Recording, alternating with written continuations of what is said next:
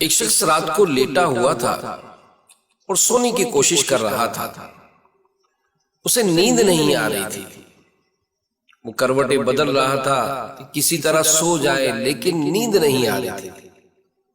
اسی عالم میں وہ اٹھا، کپڑے بدلے، گاڑی نکالی اور ڈرائیونگ کرتا ہوا دور نکل پڑا۔ چلتے چلتے کافی دور جا کر اسے ایک مقام پر مسجد نظر آئی۔ دل میں خیال ہوا کہ کیوں نہ مسجد میں جا کر کچھ نماز پڑھ لوں، دعا کر لوں، تاکہ دل کا بوجھ ہلکا ہو جائے۔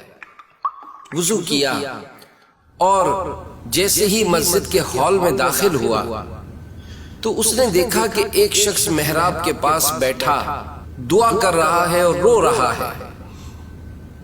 اس کے دل میں خیال ہوا یہ شخص اکیلا رات کے اس حصے میں بیٹھ کر رو رہا ہے۔ چنانچہ وہ جا کر اس کے پیچھے بیٹھا اور اس شخص کو رونے کا سبب پوچھا۔ اب اس شخص نے یہ جواب دیا کہ میری بیوی کا آپریشن ہے اور مجھے پیسوں کا انتظام کرنا تھا، لیکن اب تک رقم کا انتظام ہو نہیں سکا۔ اس شخص نے اس سے پوچھا کتنی رقم درکار ہے؟ یہ شخص کہنے لگا کہ مجھے 10,000 روپے کی ضرورت ہے۔ اس شخص نے اپنی جیب سے پرس نکالا کہ بھائی یہ رکھ لو، اللہ تمہارے لیے آسانی پیدا کرے۔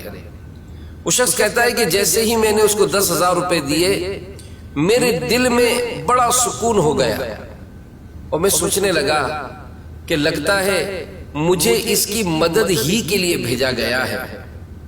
اب اپنا وزٹنگ کارڈ نکال کر اس شخص کے ہاتھوں میں رکھتے ہوئے کہنے لگا کہ بھائی تمہیں جب بھی پریشانی ہو تم مجھ سے رابطہ کر لینا، میں تمہاری مدد کر دوں گا۔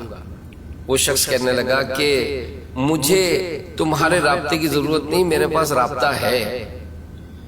اب یہ شخص بڑا حیران ہوا اور اس سے پوچھنے لگا تم کس سے رابطہ کرو گے پریشانی میں؟ تو وہ شخص کہنے لگا کہ جس نے آج تمہیں بھیجا، جس نے آج تمہیں بھیجا، جس نے آج تمہیں بھیجا۔ رحم فرما میرے مولا، رحم فرما میرے مولا۔ جب بھی مشکلات ہوں، آپ جب بھی تکلیف میں ہوں، اپنے رب کی بارگاہ میں سر کو جھکائیں، ہاتھوں کو اٹھائیں۔